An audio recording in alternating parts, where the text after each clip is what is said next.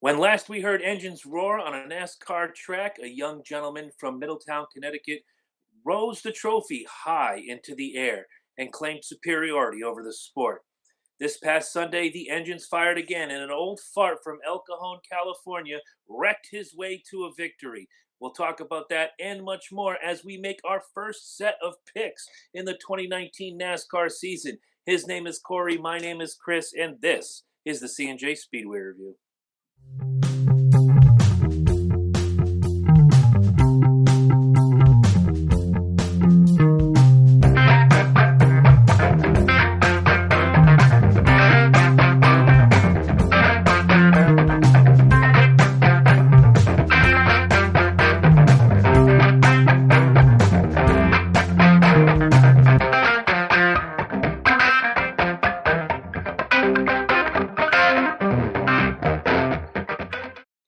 As all three series get ready to fire their engines and take to the track Friday, Saturday, and Sunday, we are back with more shenanigans.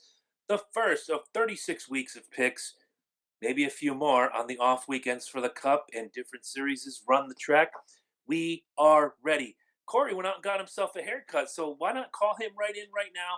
My co-host, Mr. Co-host, the man in the hour of the Tower of Power, too sweet to be sour, Chelsea's ride or die, Mr. Co-host. He's Corey Huffnagel. Corey, how the hell are you, man? Well, I'm doing great, and as excited as I am for the NASCAR season to start up, I'm just like really excited. The racing this weekend was great. The cars on the track are great, and I think we're in for a really fun season, no doubt about it. Can I ask you a question for the benefit of those who are listening on Anchor FM, and we'll talk about them briefly in just a minute. They can't see you. Only the YouTubers can see you. I have a question for you. All right. Are you going to the electric chair tomorrow? Because that's usually the haircut they give to guys that are getting strapped into old Sparky. Well, you could say that, but but no, it was about time I had to get myself a haircut. I was a little bit messy and stuff, but no, I cleaned up pretty good. And keep this in mind, folks. It wasn't the Super Bowl bet. It was just basically, I needed to get this off and so forth. Well, fair enough. And cleaned up nicely is a subjective term at best. But as we get started, my name is Chris Burns. I've already introduced Corey. Welcome back to the C+J Speedway Review, the first pick set of 2019. But as we always do, Corey, do you have any news or notes on the world that is NASCAR before we get into breaking down the advanced auto parts clash? So as of yesterday, I don't know if you saw on NASCAR Race Hub last night, but Johnny Sauter was on the show, and I guess he announced his plans for 2019. And he was going to be going back to Thorough Sport Racing in 2019 and driving the number 13 car. So he's going to be teammates with Matt Crafton, who's going to be in the 88, Grant Enfinger in the 98, and Ben Rhodes in the 99. So where is Myatt Snyder going to do this year? Well, as he announced too, he's going to be running a limited truck series schedule along with a couple IMSA races, which is known as, the Rolex Sports Car Series, and a couple late model races as well. So I think if you look at it, I think Durosport is going to have 5 of their trucks at Daytona on Friday night. And I have to tell you this. So ever since Johnny Sauter made this announcement, I kind of thought to myself, at first I said, okay, is he going to be back in the truck series full time, or is he going to take time off? But now that he's going back to Thorough Sport this year, I kind of thought to myself, all right, something tells me I don't think he's done, after losing the championship last year. And it's actually kind of funny. So I kind of planned this down in like 2 scenarios. So my first scenario is, what if Johnny Sauter and Brett Moffitt go to the championship in November and Sauter ends up winning the title? It's a great question because Sauter was bounced and Moffitt took that ride. So, a little bit of Fugazi gimmick Schnabitz Fernum going on there. And then my second scenario. So what happens if both Johnny Sauter, Brett Moffitt, and Austin Hill go to the championship and then Austin Hill wins the championship? Well, then Austin Hill's the champion. I'm not seeing. Look, the more cars you can put, the more trucks you can put into the championship the better. Brett Moffitt obviously being the champion, taking over Sauter's ride, and now Sauter being the outside looking in, going to a new ride, Yeah. the impetus is more on Sauter to prove himself more than it is, let's not worry about Austin Hill or Brett Moffitt or anybody else. I'm glad Johnny Sauter has a ride. I am thoroughly excited to see a past contender, someone who has been on our radar ever since we started this show. There hasn't been a week that's gone by that we haven't talked about Johnny Sauter. It's good to see him back out there. And unfortunately, it just took to this late in the game for his announcement to be made widely and publicly known. I don't see a problem here. It's just great to have him on the track. And I think if you look at it, I think Durasport's going to be the one to watch this year because I'd probably say they know for a fact that, I think they won, I'd probably say 3 races last year. And then yet again, you have Matt Crafton, who probably had the worst season that he's ever had in his career. And now locked and loaded this year, you got Johnny Sauter, who's a former champion. You got Matt Crafton, who's a champion. You got Enfinger, who knows how to win races, and Rhodes, who knows how to win races. And I wouldn't be surprised if, Thorosport gets off to a great start this year. Now, let me ask you a question. Just a couple weeks ago when Brett Moffitt announced it was GMS Racing, I believe, didn't you say GMS would be the one to watch? And now you're saying Thorosport is the one to watch. Got to pick one. Who's going to be? If I had to pick one right now, and obviously, of course, my opinions, change up throughout the time. But if I had to pick one right now, if I had to pick one right now, I'm going to have to say Thorosport. Okay, fair enough. That is great news. I'm glad to have Johnny Sauter full-time back on the track in the Gander Outdoor Truck Series. Indeed. How'd I do? Well, you did good. You did great. Thank you very much. Any other news notes or otherwise things that we should talk about? Well, speaking of Jimmie Johnson, so not only he won the Clash on Sunday, but he also announced yesterday that he is going to be competing in the Boston Marathon coming up in April. And good for him. And it's funny because, and also I want to give a little special shout out to my friend Glenn. So my friend Glenn Harrington, he's going to be running the Boston Marathon as well. And so it's funny because I tagged his name on Facebook, and I think he said I think I'll probably beat him in the race. And I kind of thought, and I probably should have said to him all right, so if you get a picture with him, can you kind of send it to me, and then I'll probably be all right, so my friend got a picture with the 7-time champion. But your comment on Facebook, I thought it was too funny. And but no, good for Jimmie Johnson. I mean, he does a lot of these triathlon and marathon running and stuff. And honestly, I'm excited for Jimmie to run the marathon. I really am. And don't be surprised if I'll probably be down at the marathon watching the race, and I'll probably just cheer on for Jimmie and be like, yeah, Jimmie, yeah. You can take that thing off your wall and take it with you and hold it up. Yeah, that's what I'm thinking about doing. And everybody will probably be looking at me, and I'll probably just be like, it's all right, everybody. I'm just rooting for Jimmie. Yeah. It's great cross promotion. I remember when Mikey Waltrip would run the Boston and the New York Marathon, and now Jimmie's doing it. Do you want to share with the people what I said on Facebook when you announced this? Which announcement was it? About Jimmie Johnson running the Boston Marathon. Okay, so was this the comment that you said on Facebook? Yes. Okay, so yeah, so I ended up tagging Chris's name on Facebook, and then he says, oh, he's gonna wreck the whole entire field. Yes, I did. And this is off the heels of Sunday, which we'll talk about in a few minutes. But again, great cross promotion. If you're strong enough, fit enough, man enough. I'm not saying those to be, hateful towards some of us who have larger than average midsections, or we couldn't run down the block if our life depended on it. Good for Jimmie Johnson to get out there and run the Boston Marathon, one of the oldest and most prestigious marathons in the country, held on Patriots Day right here in our beautiful New England area. I hope he does well. He's not going to beat some 30-pound Kenyan, but I hope he does well. I hope he does great too, and like I said, I'm excited that he's coming. All right. Any other things you want to cover before we dive into the Advanced Auto Parts Clash from this past Sunday? Well, the only news I can think of is if anybody's watching the Daytona 500 on Sunday.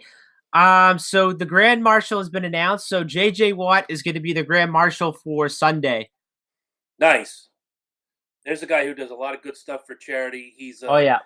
fantastic role model, and so when you look back at some of the grand marshals of Daytona, what does Matthew McConaughey have to do with anything? I understood Tom Cruise a few years ago because of the Days of Thunder tie-in, but J.J. Watt, A, is a NASCAR fan, and B, he does a lot of charity work in and around the southern United States. So good for them on picking a fantastic grand marshal for this Sunday, 61st. 61st. Jiminy Christmas. Those the Peruvian hot wings I had for dinner are kicking in right now. But the 61st running of the Daytona 500 and JJ Watt. Little personal note, and I want to give a little shout out to my daughter who turns 11 this Friday. Happy birthday, Emma. She'll be rooting for the number 19 of Martin Truex Jr. this weekend. She's still Yep. getting used to saying number 19, Martin Truex Jr. But funny story is 11 years ago this Friday, she was born on a Friday night at 6:58 p.m. This Friday's her birthday. 2 days later, I had her in her little car carrier sitting next to me with a Kevin Harvick t-shirt as a blanket, and her and I watched Ryan Newman win the 2008 Daytona 500, which also earned me $500 in the Daytona pool at work. Thank you, Emma, wherever you are. Hope you're watching. Love you, kid. So she's excited for Sunday. She's excited for race season. I'm excited for race season. Corey's excited. Hey, that's the loudest shirt I think I've ever seen you wear in the history of ever. What is that all about? So, I have a couple of Richard Childress racing shirts, that I have at my house, and this one I got is pretty much Ryan Newman, that used to drive the 31 car, and now 31 is now changed to 8, and of course Daniel Hemrick's going to be driving the 8 car, and however, Tyler Reddick I think is going to be running a couple of Cup races for the 31 team this year, so pretty excited about that. But yeah, you never know what shirts I have in store. At least it's a driver I can get behind and respect. Good job by you. But this past Sunday was the Advanced Auto Parts Clash. We did not make picks. It was a 20-car field, and not without controversy. I only got to see the greatest hits package and the last full 4 laps live. Um, as we already know, Jimmie Johnson came away with the victory, but again, not without controversy. He and Paul Menard in the 21 battling for the lead. Menard goes down. Jimmie holds his line. They touch. They spin. Half the field is wrecked. A lot of these guys who brought down cars, maybe only 2 or 3 to compete during Speedweeks, wrecked out. Doesn't matter. Jimmie Johnson comes away with the victory. You asked a question on Facebook, Corey. Was Jimmie's move dirty? See, I think if you look at it, and I've probably watched the replay like a couple times this past week. And let's be honest, I mean, everybody knew that rain was coming. And if you look, Jimmie dove pretty much on the inside. And I kind of thought, there was a little bit 2 scenarios that came out of this. He was either one, Jimmie Johnson tried to pull down on the inside and Paul came down the block and didn't realize the 48 car was down there, or 2, Jimmie tried to side draft the 21 and then Paul tried to side draft at the same time, and then that's how Paul's car got loose and pretty much spun out and wrecked the whole entire field. But like I said, everybody knew that the rain was coming, and of course Jimmie did what he had to do. And whenever it comes down to that situation, you just got to go for it. But I would say that Jimmie would never intentionally wreck a guy to win a race. I mean, we saw what happened last year when it came down between him and Martin Truex Jr. at the Roval. And not only, of course, when Jimmie took himself out, but he took out the 78. And of course, you heard this interview. He said, he's just trying to go for the win because, if he had to win the race, he would advance to the next round. But if you saw in his interview on Sunday, he said, I went down to the inside. I held my line. I did what I had to do. The rain was coming and, Paul tried to come down and, of course, it was too late for him and so forth. But I would say in that matter, like, yeah, I am happy that Jimmie Johnson won. But, with that race, when, of course, the 21 car crashed and stuff. And of course, this is the one thing that I kind of, questioned about when Paul said in his interview, he said, oh, Jimmie does this a lot often at every track. So I'm like, okay, so a lot often. How often do we see Jimmie wreck a guy to win a race? I mean, we hardly don't see this like ever. I mean, we'll see this like once in a while, but not like a whole lot in my theory. No, I listened to that interview, and when I went back, when Menard said, Jimmy does this a lot. When I think back, he'll touch a guy, he'll push a guy, he'll move a guy. I can't recall too many times that Jimmie Johnson has intentionally wrecked somebody to win a race. And I wanted to come into this because when you asked the question on Facebook, you said, "Was Jimmie Johnson's move dirty?" The first thing that popped into my mind was the 1989 Winston All-Star race. If you don't know about the 1989 Winston All-Star race, Corey or myself will share the video on our Facebook page. Go check it out. It comes down to the last two laps. It is Rusty Wallace and it is Darrell Waltrip. Now they are running side by side, neck and neck, sometimes front to back, those last two laps around the Charlotte 2 Mile Oval. At one point, Rusty is holding that low line, and Waltrip wants by him. So Waltrip gets a little bit of a groove. He goes by, he goes by. He doesn't quite clear Wallace when he cuts to the bottom. Rusty's not moving. Rusty is holding his line. What happens? Darrell spins. Rusty wins. All of a sudden, Darrell Waltrip, who's been wearing the black hat for years, becomes the good guy, and Rusty Wallace becomes the bad guy. This is Hulk Hogan and Macho Man Savage on four wheels at 200 miles an hour. Now, I looked at that, and even then in 1989, I said, neither guy did anything wrong. You know, was Waltrip mistaken? Did his spotter not give him the right information? Somebody spun and somebody won. In this situation here in 2019, exactly 30 years later, I didn't see any fault in what Jimmie Johnson did. At first, I thought, oh, that's Jimmie Johnson. He's going to wreck a bunch of mother effers and win a race. He really didn't do that. You're hurtling at 200 plus miles an hour. You only have so much room to move those cars around. Did he run out of room? Did Paul Menard get a little squirrely? Did something happen? Yes, they touched. Somebody spun and somebody won. My only problem with that is 10 other cars felt the pain of that one incident. So my answer to that question is no, the move wasn't dirty. Jimmie Johnson, Paul Menard, they touched. Somebody has to, eat sheet metal, much like the finish of last year's Daytona 500 with Austin Dillon and Eric Almirola battling side by side, neck and neck. Somebody spins and somebody wins. There's nothing you can do about it. It's just good old fashioned American racing. Anybody who says Jimmie Johnson did that intentionally is ignorant. Now, going to a news story I read today, Paul Menard said he had a chance to talk to Jimmie Johnson in the garage area in the last week. They've put it beside them. It's all in the rearview mirror.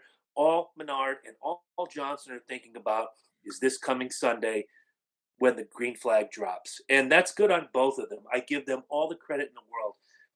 And look, here it is, my first Kyle Busch dig of the year. A guy like Kyle Busch would carry this for months. A guy like Menard just says, you know what? I talked to Jimmy. It's all good. We're going to move forward. And I think if you look at it, most of the race on Sunday, everybody was in a single pack, but once it came down to like I would say like 16 laps to go or whatever it was, that was when everybody was starting to go for it. But I would say the racing on Sunday it was exciting, and I would have to say that that incident, I think with these new spoilers that NASCAR put on this year. And I think if two cars touch and if they side draft each other, I think that's the only part where, if they touch together, like, I think that's what upsets like the rear of the car and then makes it go sideways. Sure. And a lot like when they introduced the car of tomorrow back in 2007, Yeah, 2006. You know, 2007. when, that was the year, if you look behind me, oh, no, it was the year after because this is the 2007 Daytona 500 right behind me with Kevin Harvick as the winner. I believe the COT came out in '08. So we might both be wrong. I don't know. Or did they run a select schedule in 2007? So 2007, they ran a selective schedule for the car tomorrow, and then they ran it full time in 2008. And it was the worst because what happens was if you merely even brushed up against somebody, it took all the air off the car and you just saw spins, crashes, etc., so forth. It was not fun racing. The car of tomorrow was the mistake of yesterday. Thank God we went back to regular race car Jones.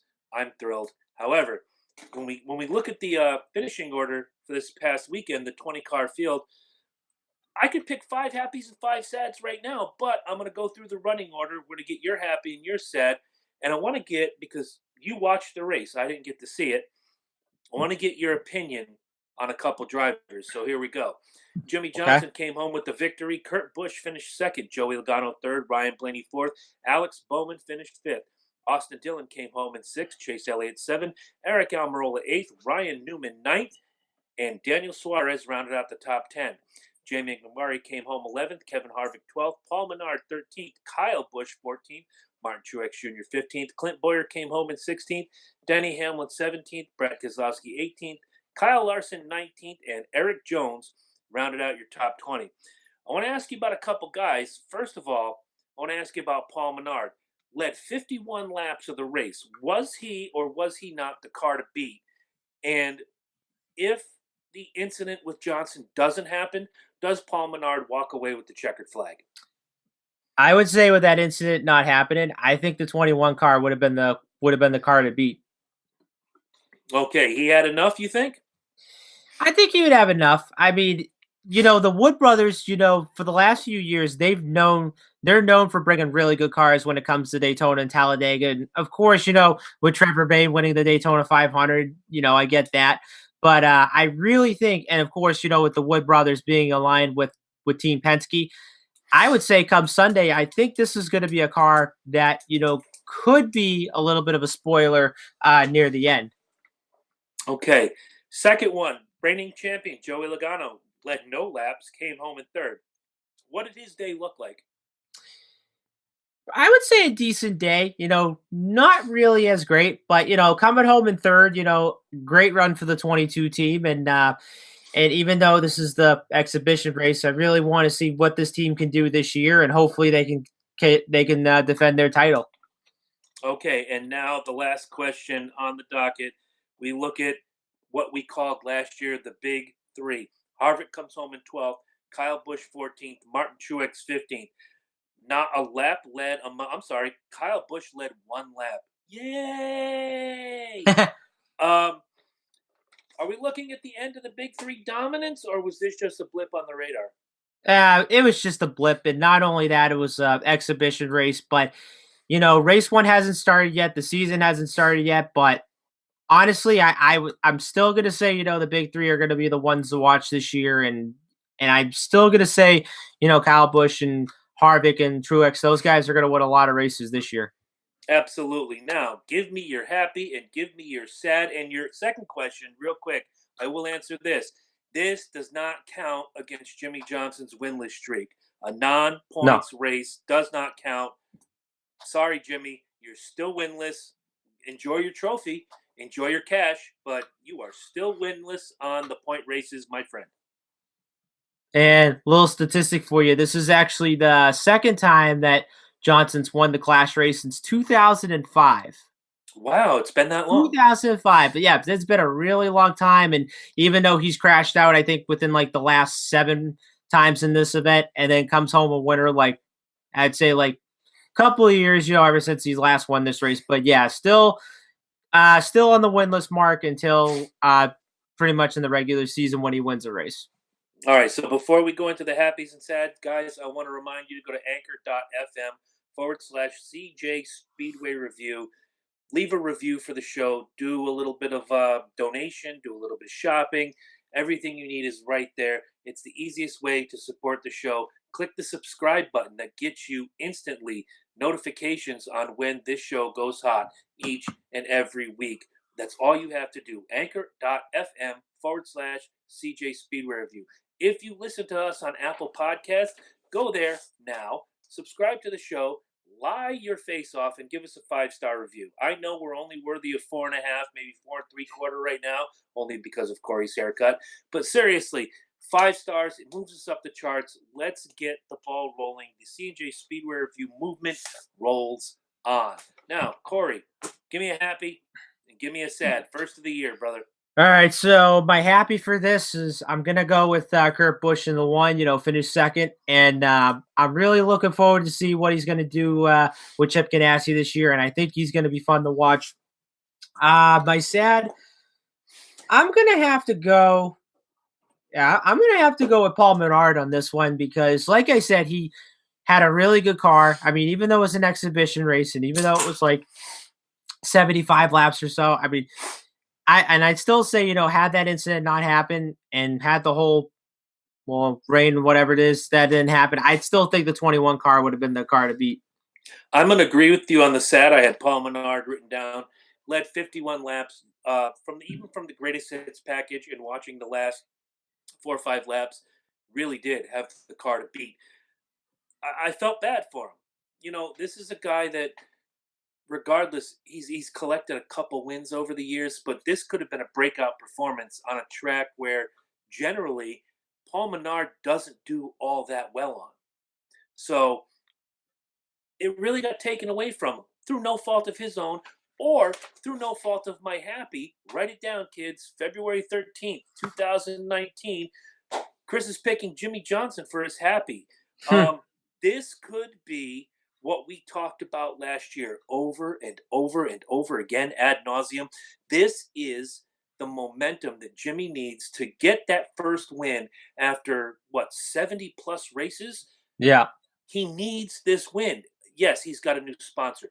Yes, he's still with the same team, same number.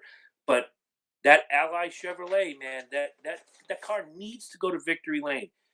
Getting there in the Advanced Auto Parts Clash this past Sunday, fantastic stepping stone. Now, this is where the work begins. He's a 7-time champion. He's an 80-plus race wins collector. He knows how to find victory lane. I know a couple weeks ago I asked you when you thought he was going to find victory lane. You said spring Martinsville race. I'm going to say the spring Dover race. I think he finds victory lane on the Monster Mile. And I'm really confident on that. And when we come down to Dover in however many weeks, 10 weeks or so, I'm going to stick with that pick. Jimmie Johnson on the Monster Mile. Well, I'm probably gonna say I'm still gonna stick with mine, and then not to mention uh, what I didn't really mention earlier. Pretty much the dominance of Hendrick Motorsports this past weekend. I mean, if you think about it, in qualifying, 1, 2, 3, 4, they all start in the Daytona 500. William Byron starts on the pole. Alex Bowman second, Jimmie Johnson third, and Chase Elliott fourth. So I'm kind of thinking to myself, it's not only going to be the Fords that's going to be the ones to watch, but I really think the Hendrick guys, not only I think are going to be the ones to watch this Sunday, but I think it's going to be they could be the ones to watch this season. And it's actually kind of funny how Jimmie Johnson wins the Clash on Sunday with his new crew chief Kevin Mendrin, and William Byron wins the pole for the Daytona 500 with new crew chief Chad Canal. So I kind of thought to myself, I really think Hendrick did a really good job with this crew chief swap, but I really want to see how this goes in the first 5 races. And if either one of those guys wins a race, either Byron or Jimmie Johnson, I don't care who, I'm still going to say, Hendrick did a really good job with this crew chief swap. And Hendrick pretty much knew that, with Jimmie and Chad, those guys were not winning and they were not running as great last year. It was time for them to make a change. And I think with this change this year, I think Hendrick's going to be really good. And not to mention, you got Alex Bowman, of course, I think he's going to be a one to watch this year. But then, of course, you got Chase Elliott, who had a breakout season last year, ended up winning 3 races. And now my thought is, I think he's going to win more than 3 races this year. And I think this kid's going to be fun to watch. And after he won those 3 races and then he figured out, what the Cup Series is like, I really think he's pretty much said, all right, now I got this, and now I'm ready to be a contender. Absolutely. And in my opinion, and only in my opinion, we might see Chase Elliott creep up and be the big 4. We don't know yet. One thing I wanted to mention is only the top 2 spots in Daytona are locked. 3 and 4, as well as you qualified, that's going to be determined Thursday night starting at 7 p.m. when it's the Gander Outdoor Duel. Whatever happened to the Gatorade Duel? Come on, guys. Come on, man. Anyway,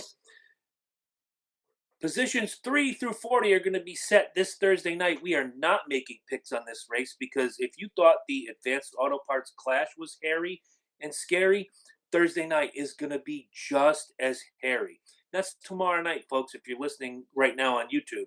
If you're listening to us on audio only, you already know who won. Ignore everything we're about to say.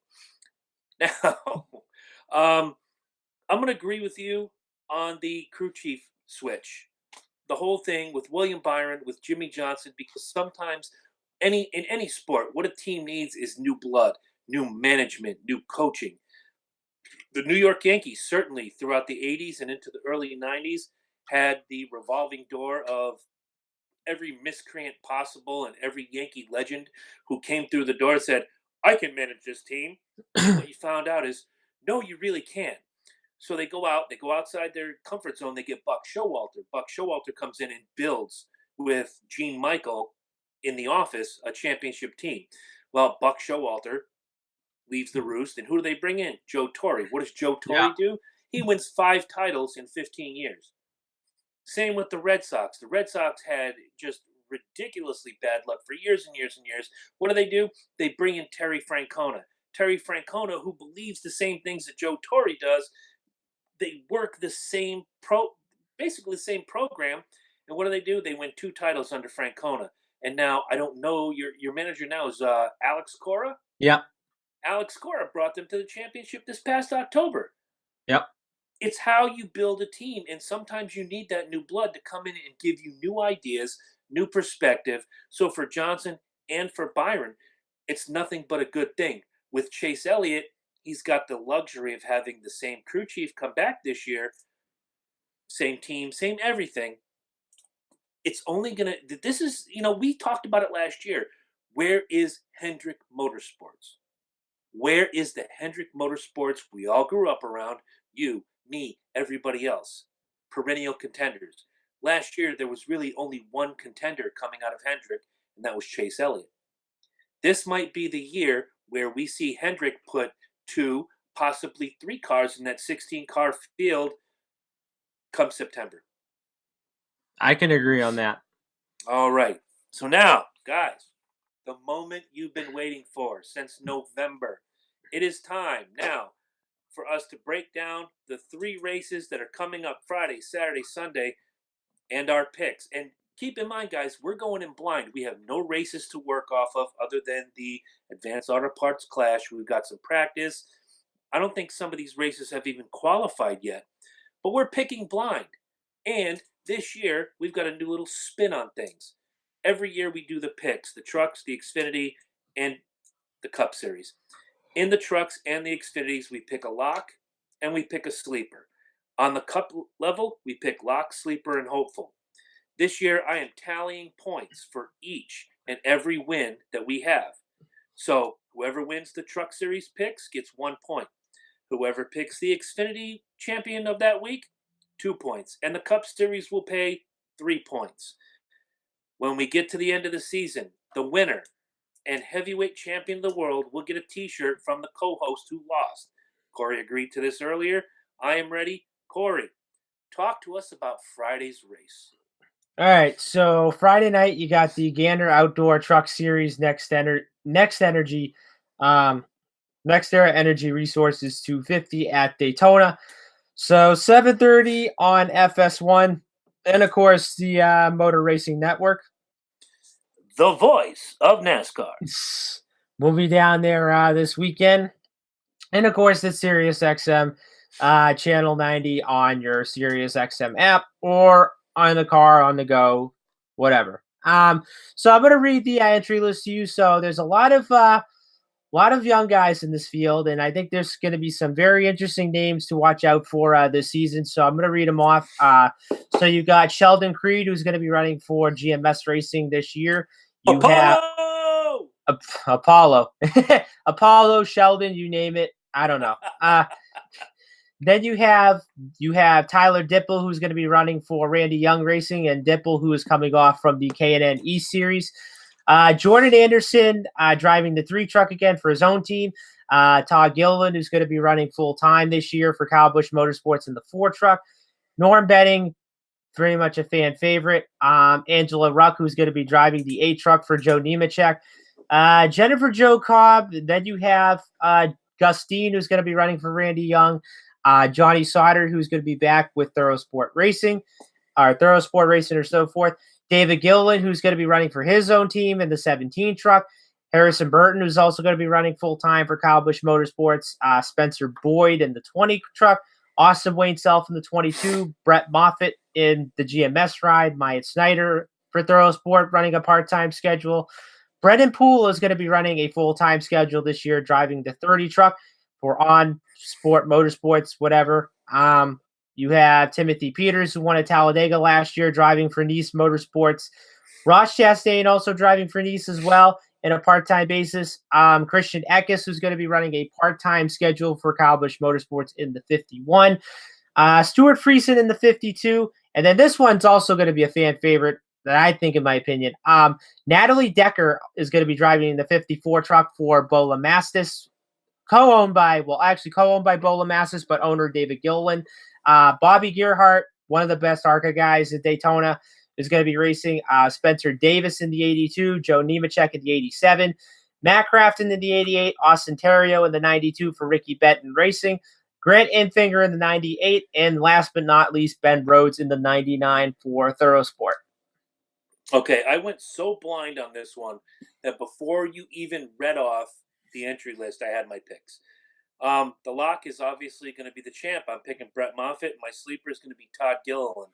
Just two of the strongest guys last year. I almost wanted to include Johnny Sauter, and I had Gilliland almost crossed out when you were talking earlier about, Sauter's going into a new ride. There's, all the scenarios you brought up.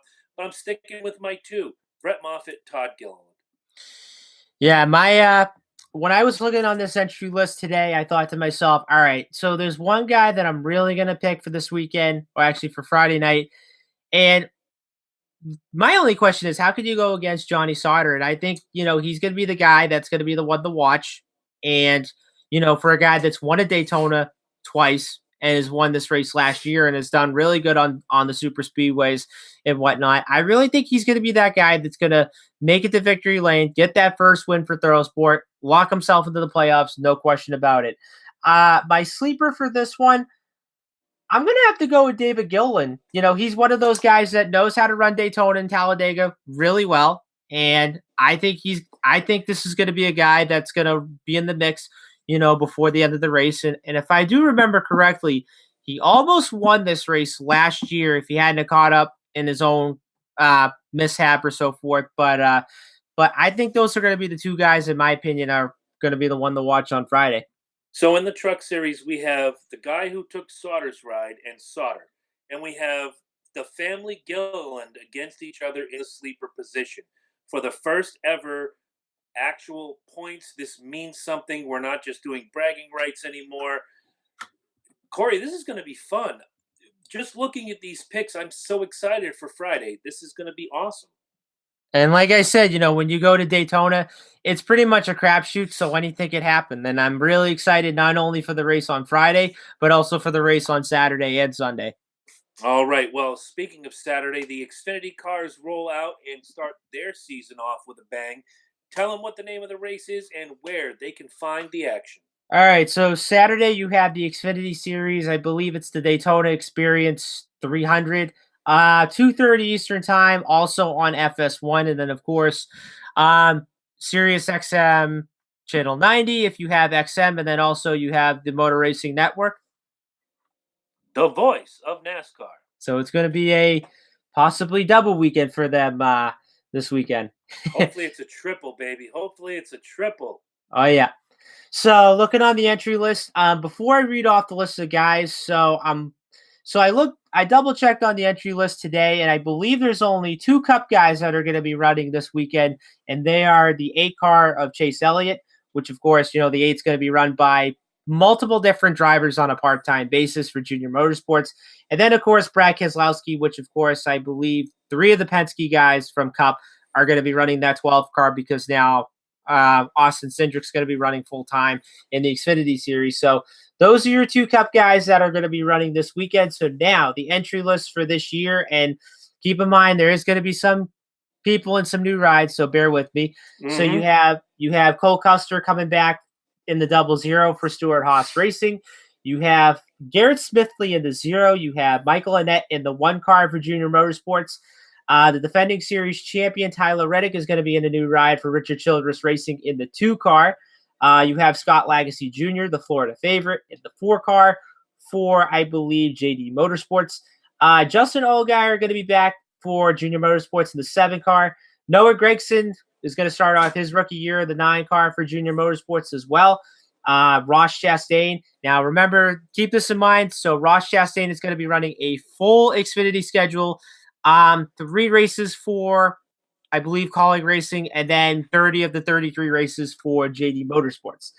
Now, you got Justin Haley, teammate for Colleague Racing as well. You have Max Tolman in the 13. You have Jeffrey Earnhardt, who's going to be running a part-time basis for Joe Gibbs Racing. You have Brandon Jones, who's going to be coming back to Gibbs. You have Christopher Bell coming back. Austin Cindric coming back for Team Penske. John Hunter Nemechek is going to be running for GMS Racing full-time this year. Joey Gase in the 35 car in the Toyota Supra. You have Ryan Sieg in the 39. You have Jeremy Clements in the 51. You have Brandon Brown in the 86. And then you also have Chase Briscoe in the 98 for Stewart Haas Racing. And then last but not least, the driver from Canada, from St. Thomas, Canada, DJ Kennington.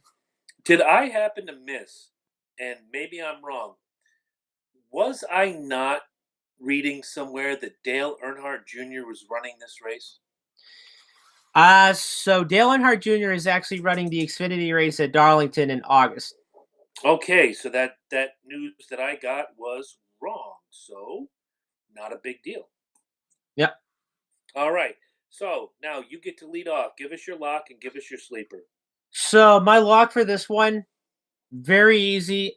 And I'm going to have to go with the guy that won this race last year, and it's going to be pretty much Tyler Reddick. And reason why I say this is because he's in a new ride. And then, of course, Richard Childress Racing is known for bringing, really good super speedway cars to Daytona and Talladega. And quite honestly, I really think he could do it. I really think, he's got a good shot at winning this race on Saturday if, things go his way and if he gets, or if he avoids the big wreck. But I really think this guy can do it.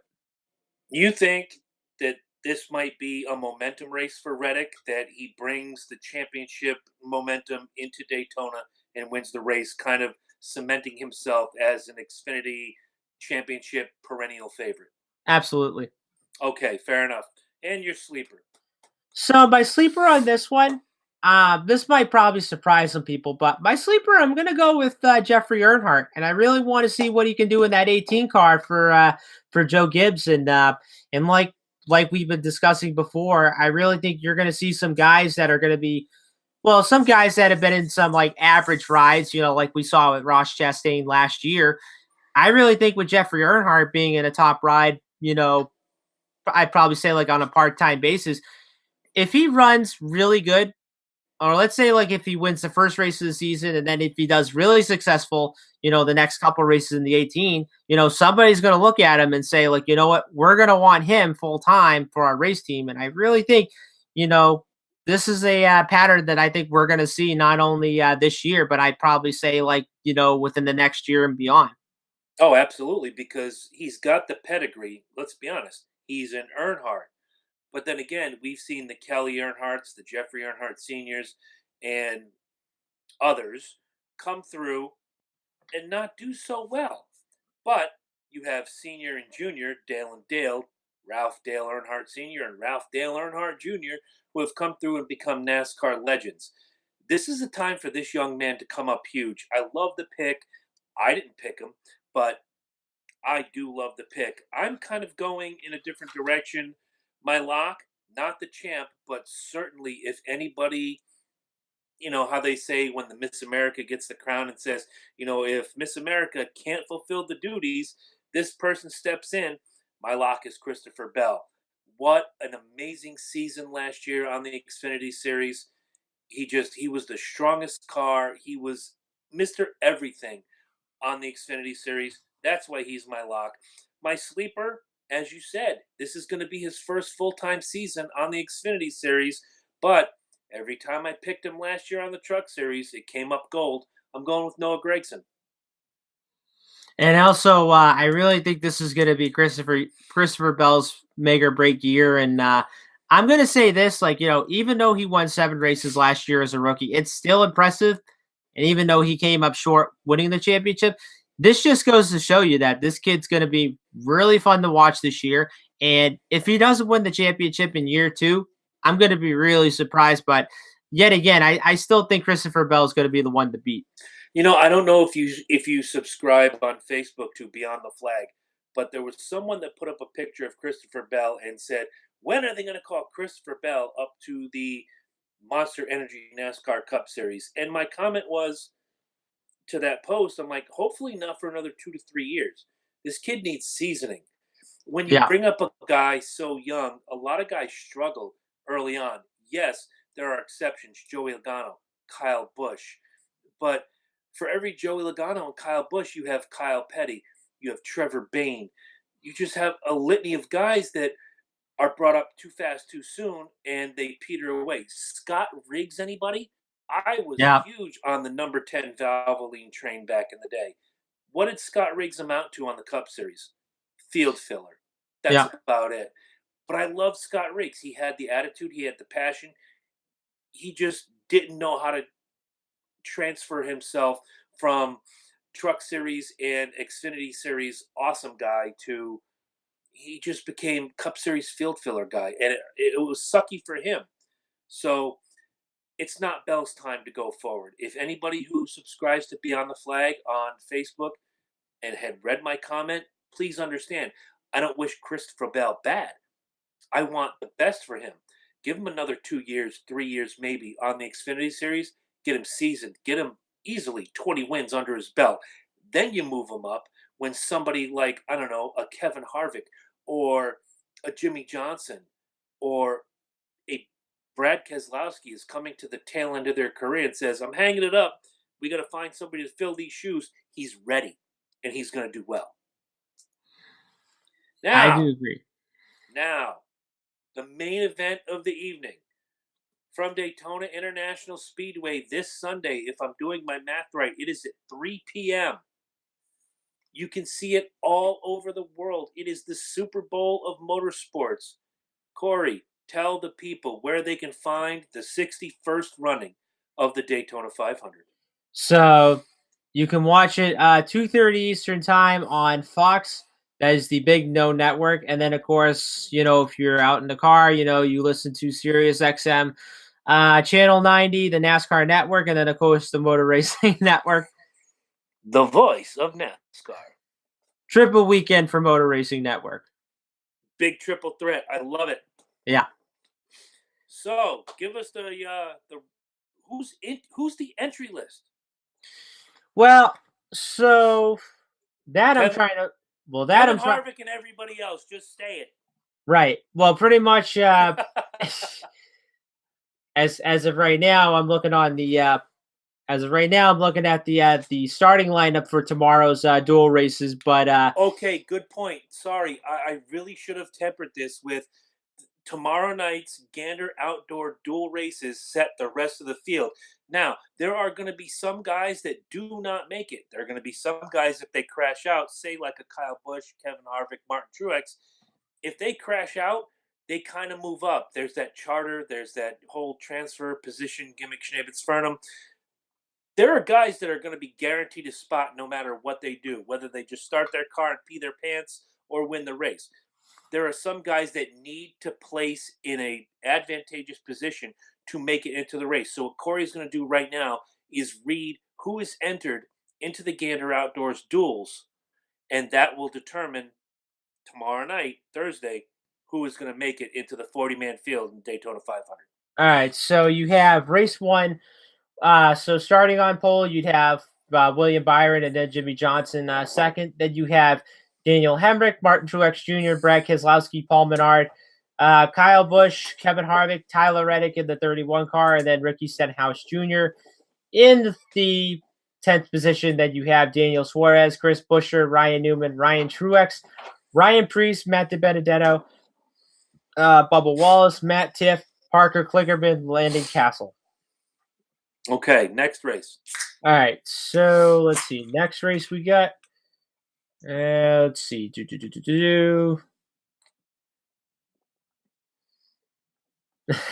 Let's You're see. killing me with this dead air stuff right now. Yeah, I know. I'm just trying to get this. Okay, so now we got race 2, which is going to be. Oh, I can't get that on there now. What the heck? Well, I thought I had the starting lineup on there, but I can't get that on there now for some reason. Okay. You know what? Let's push all that to the side. All right. We know who the contenders and the pretenders are going to be. Again, first race of the year, we're going in blind. I'm going to let you lead it off. I want a lock, a sleeper, and a hopeful, and hopefully it won't match mine because I really want these points and I really want to win the year, which I think if I were to go back and do the math, I think last year was Corey Huffnagel's year. I really do. You took more truck races and more Xfinity races, but I think we were pretty neck and neck in the Cup races. Yeah, I think it was pretty much close and like throughout the whole Oh, season last year. real close. But go ahead, Daytona 500, lock, sleeper, hopeful, Sunday 2:30. Let's do it. All right, so I'm gonna start off with my hopeful. I'm gonna leave my lock last but not least. But my hopeful. Wait a minute. Wait a minute. Wait a minute. How do you get to change the rules? Okay, change the rules. Go ahead. Okay, so my hopeful, I'm gonna start this off first. So my hopeful, I'm gonna go with Eric Almirola. After coming off the win at Talladega last year, I really think this is a guy that it's gonna come back to Daytona. Come back for the second time and be really successful because we all remember what happened last year. Was leading on the last lap, got taken out by Austin Dillon. And of course Eric did what he had to do and all that stuff, but I really think Eric Almirola is going to be that one to beat. And not only that, you got a couple of the other Stewart Haas guys that I think are going to be a one to beat as well. Now, my sleeper, I'm going to go with Matt DiBenedetto. Now, this one is going to be a surprising pick, but then yet again, of course, Levine Family Racing, they have Toyota power. And then, of course, they're aligning with Joe Gibbs Racing this year. So now the big question is, how are they, as the new Toyota team going to do this year, and how are they going to be with now with Joe Gibbs Alliance? And honestly, I think this team's going to be fun to watch. Now, even though Daytona and Talladega, anything can happen, but I would say this season, I think Levine Family Racing is going to be a team that you'll probably see them run in the top 15, top 10 almost every week. But I really think with the Benedetto, he's going to be fun to watch. Now, my lock. This one, I was doing a lot of thinking on this, and I pretty much narrowed it down to one of the only guys that I think, is going to be on the watch. So my lock for this weekend, it's going to be Chase Elliott.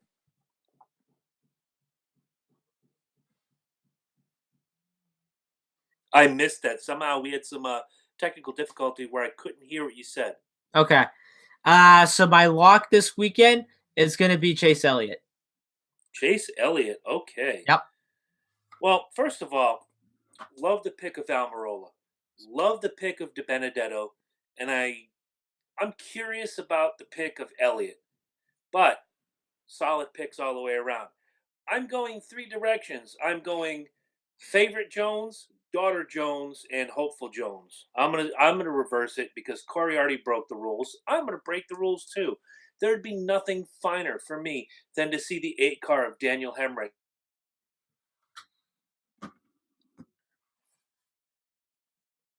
And there he goes off again. Or What happened? What yeah, happened? you were off just a little bit. I heard the Daniel Hemrick part, and then it just froze after that. All right. Well, again, it's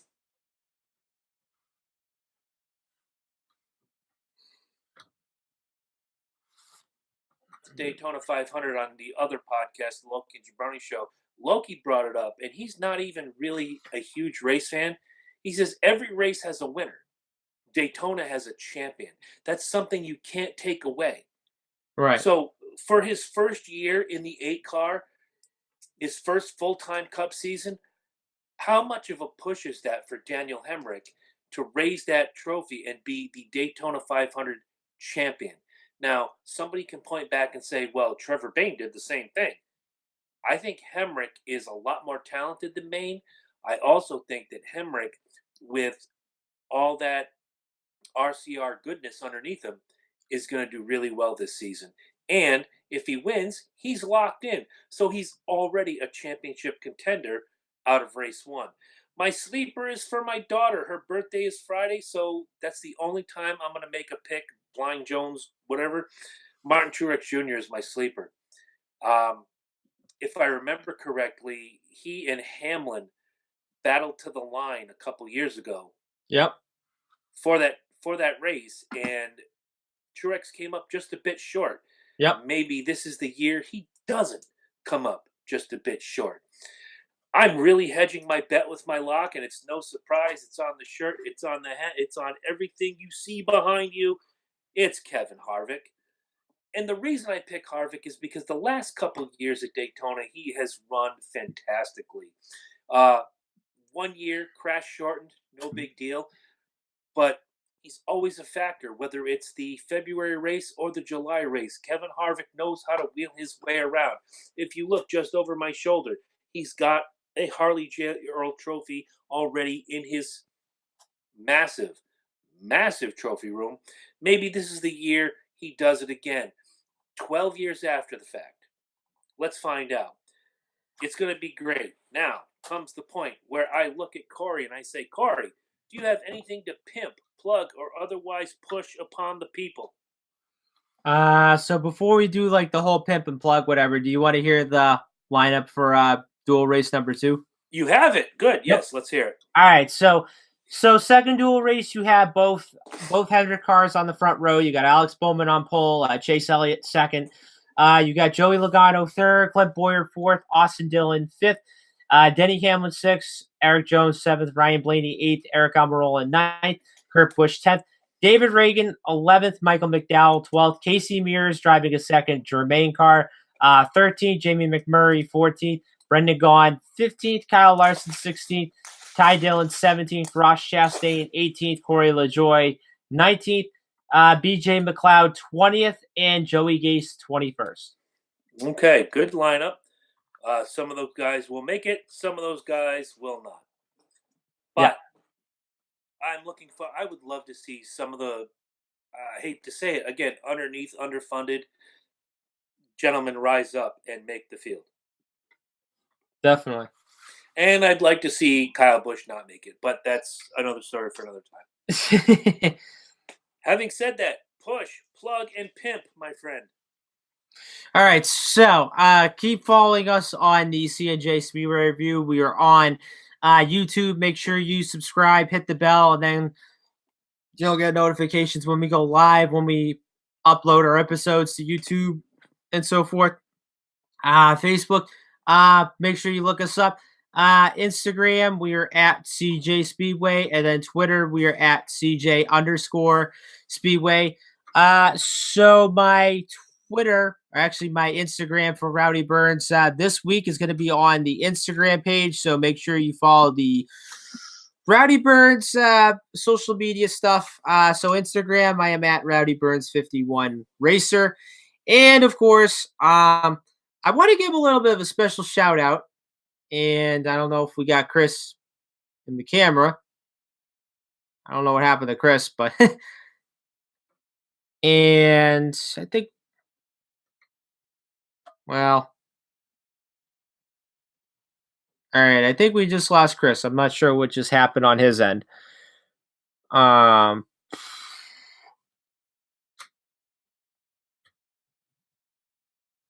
But man, okay. All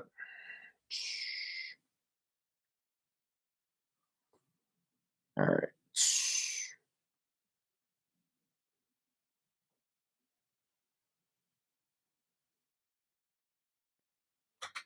Yeah, so definitely I don't know what just happened on Chris's end, but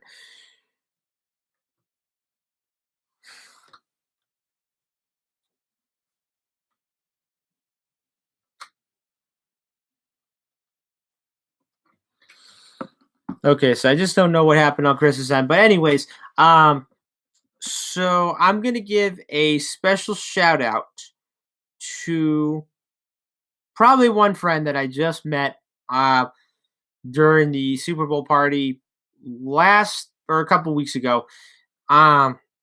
So I'm going to give a shout out to my friend Gabe Cambuso. I don't know if I spelled the last name right, but Gabe Cambuso.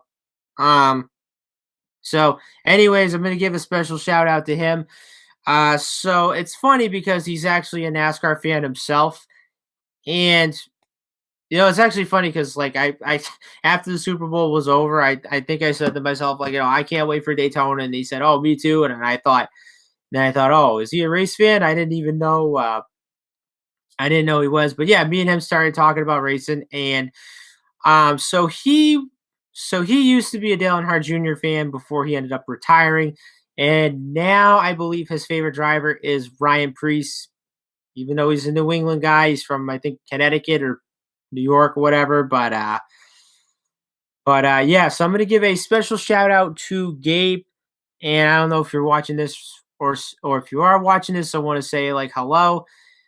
Make sure you watch our show and give your takes on what anything there is on racing. I just don't know what happened. I don't know what happened on Chris's part, but but so yeah, a little bit of technical difficulties here, ladies and gentlemen. So we are just in the meantime, we are gonna have one of our guys, take a look at this problem, so forth, and uh,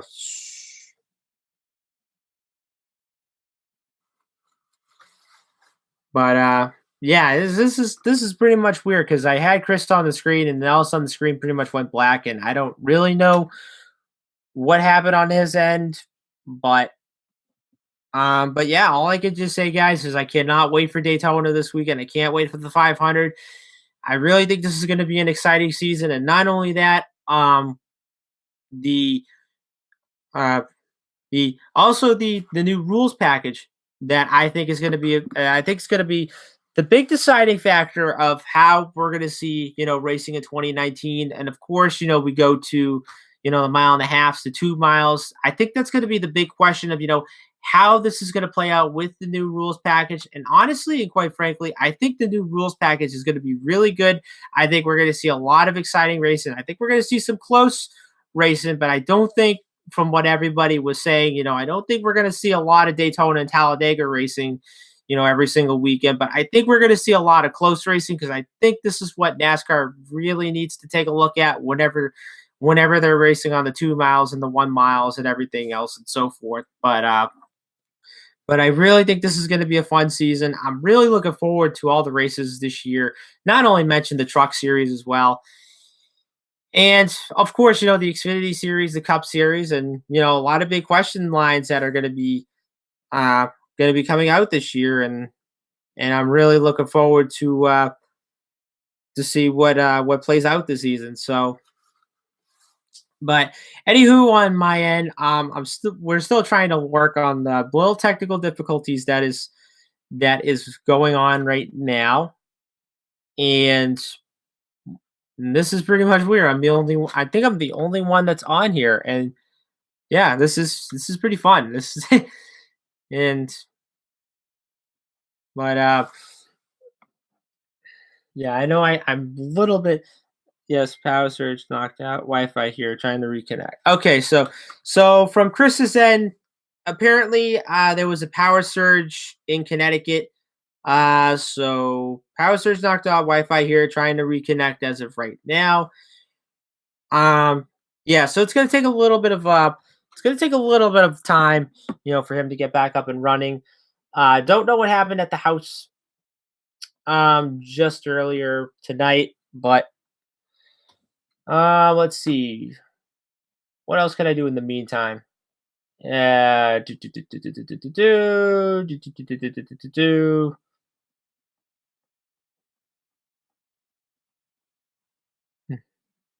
Oh yeah, also another topic that I also want to share as well. Um so Kyle Busch is on the brink of having 200 career wins on the all-time record. So if you look at the wins list that he has 51 wins in both the Gander Outdoor Truck Series and the Cup Series, and then the Xfinity Series, of course, being the all-time leader. having 92 career wins. So you add those up together, you get 194 wins, close to 200. He's 6 wins away. And honestly, like if he does break the record, I mean, it is going to be exciting because nobody's never won 200 races except Richard Petty, but that was only in the Cup Series. But winning 200 races after winning a combined total of how many races you won in either Cup, Xfinity, or in the Truck Series. Yeah, I mean, let's face it. I mean, Kyle Busch, he's broken a lot of records or tied a lot of records before. I mean, the only one I can think of, there's a couple that I can think of. He was the youngest. He was the youngest driver to win a race at the age of 19 in the Cup Series. He was the first ever driver to win.